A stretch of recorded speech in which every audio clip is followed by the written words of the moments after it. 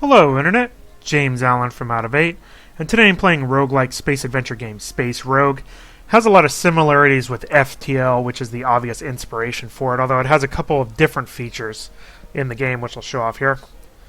Create a new game. You start off by picking your vessel. You can unlock additional ones by progressing in the game. I'm really terrible at it, and it's difficult also by design. So I haven't really unlocked very much, despite the fact that I've played it, a good amount. So I'm just going to choose the basic ship, and basically they're all, pretty set. This one has really no differences, to be honest about it. It just has a different couple stats. Although maybe I will pick it. Doesn't really matter. Bigger cargo space. All right. Another thing that you can do is you can customize the difficulty. It gives you a lot of options here as to what type of damage things have, the penalties or advantages for the player, and then what advantages the enemy has. And it has a couple presets for easy, medium, and hard. Hard is like outrageously difficult. So I just kind of play on easy. Easy, honestly, is pretty difficult anyway. I just turn those on normal, and that's basically all I do there. And then you can apply it. So good options there. Another option is what the main mission is. As you level up, you can unlock these additional missions. It's basically scripted little encounters that you'll find on the what is the rest of which is a randomly generated map. So it gives you another something else to go for other than simply trying to survive. Game is a lot more slower pace in that you're not trying to always stay ahead of a little advancing front that keeps you moving forward. You can actually go back and backtrack your space as a show off. So we'll start our game here. We'll see how long we get. We'll accept the contract because that's the mission thing. And of course there's a bad guy straight out of the gate, so that's cool. So you get these neutral and enemies that'll go around the map too, so you can try to avoid them if you can, or encounter them. Here's your ship. Again, a lot like FTL where you can move people around. I'm going to put my captain in the weapons area. I have 2 warriors and an engineer, which is not a great start, but that's okay. This ship is really more for teleporting to the enemy and kind of breaking them up here. And then we'll put this guy in the shield room. When they level up enough, they will... and I need to get out of here because these asteroids are kind of giving me damage. They will buff rooms. They'll earn bonuses for that. So I got to jump, so let's jump. And we're going to encounter this guy, who's probably going to kill me, although we'll see. Alright, so just like in FTL, it is real-time combat, but you can pause it at any time. You basically say where your weapons are going to go, and that's basically it. So again, a lot like FTL. So these missiles ignore shields, so I don't even need to attack the shields because all I have are missiles. So I'm going to go straight for their weapons for both of these things. And that's basically it. So there they go. You can zoom to the enemy ship there. There's the damage there. So, and then I'll actually probably go with the engines next. And there's a bomb, so I can teleport bombs in. So let me get this captain out. Let me get my engineer in this room. He's going to bomb my weapons. Jerk. Now you can see a little preview of where they're going to fire. There's that, so that's not really a surprise. So I'm going to move all 3 of these guys because I need my weapons up. I could teleport on board. I'm not a big fan of teleportation in any of the games like this. So let me get my weapons up. Again, this game is very difficult, as evidenced by the fact that I haven't really progressed too terribly far on it.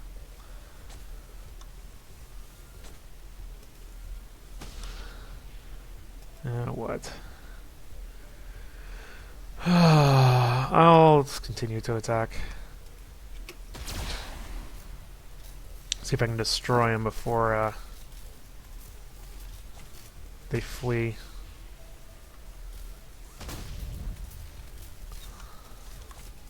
Gotta get their engines. There are 8. Come on, hit them before they get out. Okay, there we go. Alright, cool. Alright. Oh. And they all... Okay, so we got problems. So again, that's the first encounter on easy. I'll put them on my crew. Okay, good. Another engineer. Alright, let's figure out what the heck is going on here. So, I wish the tooltips were a little bit faster. They are not as fast as they need to be. So, alright. I got a lot of problems. I got a fire. I have guys that need healing.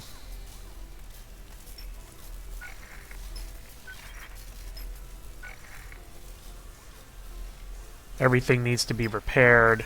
Now everybody can actually do everything. It's just that, golly. Stupid meteor showers. They're slower at things that are not part of their, background. Let me fix my teleport room.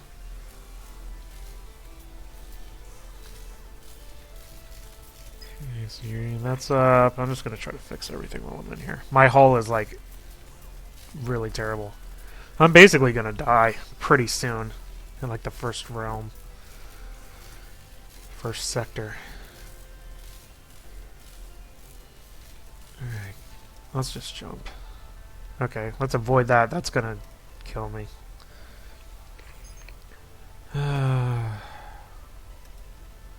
Alright. Now, when you go to some planets, you can mine for resources, which you will use to upgrade your ship. So on here in your systems, you can use these basically resources right here to upgrade components of your ship. You can also find stuff. There's a shield booster I get. Little components you can have, and then you can buy them and sell them at space stations. Let's see if I can actually mine something. Oh, Lord.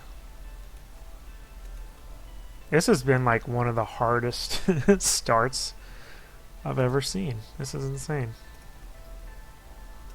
You can get a little events like that that'll crop up.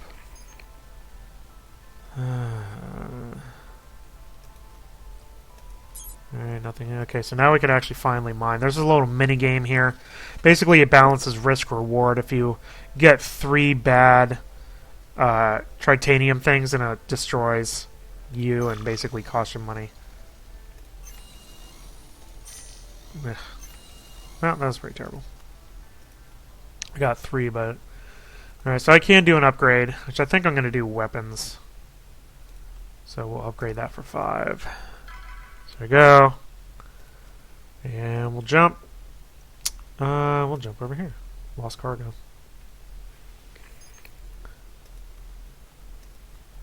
Alright, cool. That was not great. I need to find a station so I can repair. But of course, oh, awesome. Alright, with my 342 hull. The problem with the hull is, unless you get a repair thing, drone, the only way you can repair your hull is at a space station, and it's really luck as to whether you encounter them or not. It's actually kind of annoying, and it leads to a lot of really early exits in the game. Alright, again, I don't have any shields that I need to worry about, so I'm just going to fire missiles right into their butts. So let's place an engineer. Let me put him here. Let me put the other engineer here. The warriors, I'm just going to kind of stick in there. And I'll keep him in the weapons area.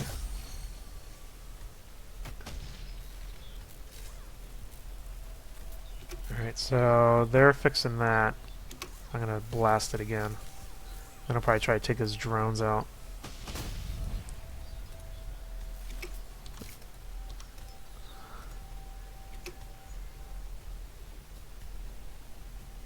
Pretty uneventful, I must say.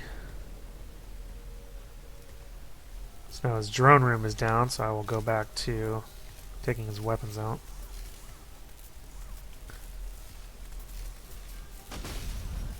Down to 13. And I'll take his engines down. That should be it. He'll be dead here in a second. And there we go. Alright, so we get some credits. We get a focus fire. Characters level up. So since this is a warrior, I'm going to increase his damage. He's an engineer, so I'll increase his repair. And that's basically it. So let's have my 2 engineers fix that up. You can see the little icons here. I kind of keep track of what's damaged. Although you can't click on them to move anywhere, so that's kind of a interface limitation. I still need to find a space station so I can repair my ship. Oh, cool. Again, thanks. Alright, what do you got? You got cannons and you got drones causing a fire. That's awesome. Alright, let's do one there and one in the drones. And here we go.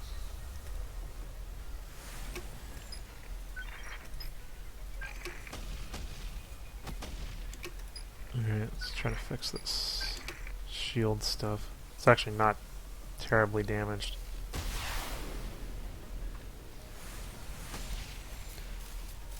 Should... Gosh, my health is so low.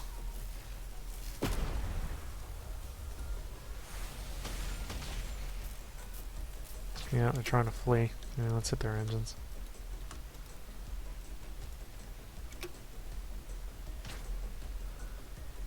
Oh, there's a bad guy on board. Take him out. There he goes, he's dead. Now you still gotta fight this guy.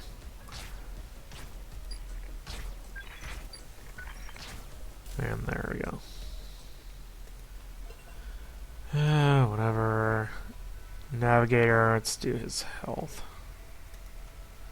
Warrior, we'll do his damage. There you go. Again, 109. 109 hull is not great. Oh. And this is going to be not good. There's no space stations here, which is annoying.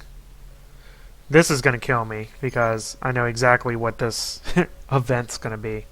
Because it's the same with the quest. It's the stupid magnapod thing, which I have trouble beating anyway, and there's no way I'm going to survive this. So I'm going to die right now, which is unfortunate. But that's the way the game goes. Like I said, it's very difficult, and I usually don't traverse very far. And a lot of it's due to luck. I mean, I realize it's a roguelike, but still, this is on easy, for goodness sake. Alright, I'm going to try to take out a couple of his tentacles, but I'm going to die in 2 shots anyway, so it doesn't really matter.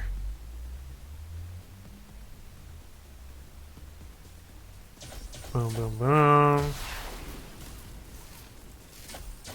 And here I go. This thing is so annoying.